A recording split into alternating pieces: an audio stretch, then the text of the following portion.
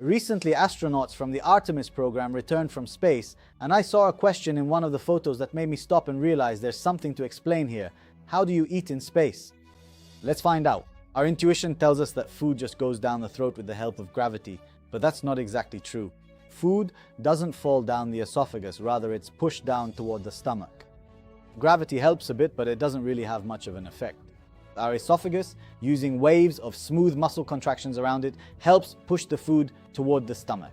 It's a completely active mechanism that doesn't depend on body orientation or gravity, and honestly, you can even eat while standing on your head.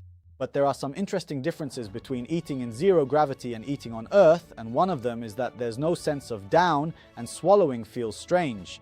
Another interesting point is that you'd think stomach juices would rise up due to the lack of gravity, but that's where the LES comes into play. The lower esophageal sphincter, or the LES, is an area in the esophagus with increased pressure that prevents stomach juices from rising, and the pressure in this sphincter isn't gravity dependent. By the way, when it's damaged, we get heartburn. Another interesting point is that because fluids are distributed differently in our bodies in space, astronauts' noses are usually stuffed up so they can't smell, and food tastes less flavorful to them because of it, and crumbs are bad. Because they float, they can get into systems, and that's why in space they eat things that don't make crumbs.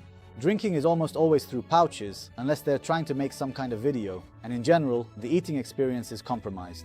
There's no ritual like we have with eating, sitting down, getting ready, relaxing afterward. Instead, they just eat to survive. So in practice, astronauts eat fairly normally in space, but there are many other physiological changes when there's no gravity. Hormonal, in blood vessels, muscles, balance, and even in the immune system. And if you're interested in that, let me know in the comments and I'll make another video on the subject. Good luck.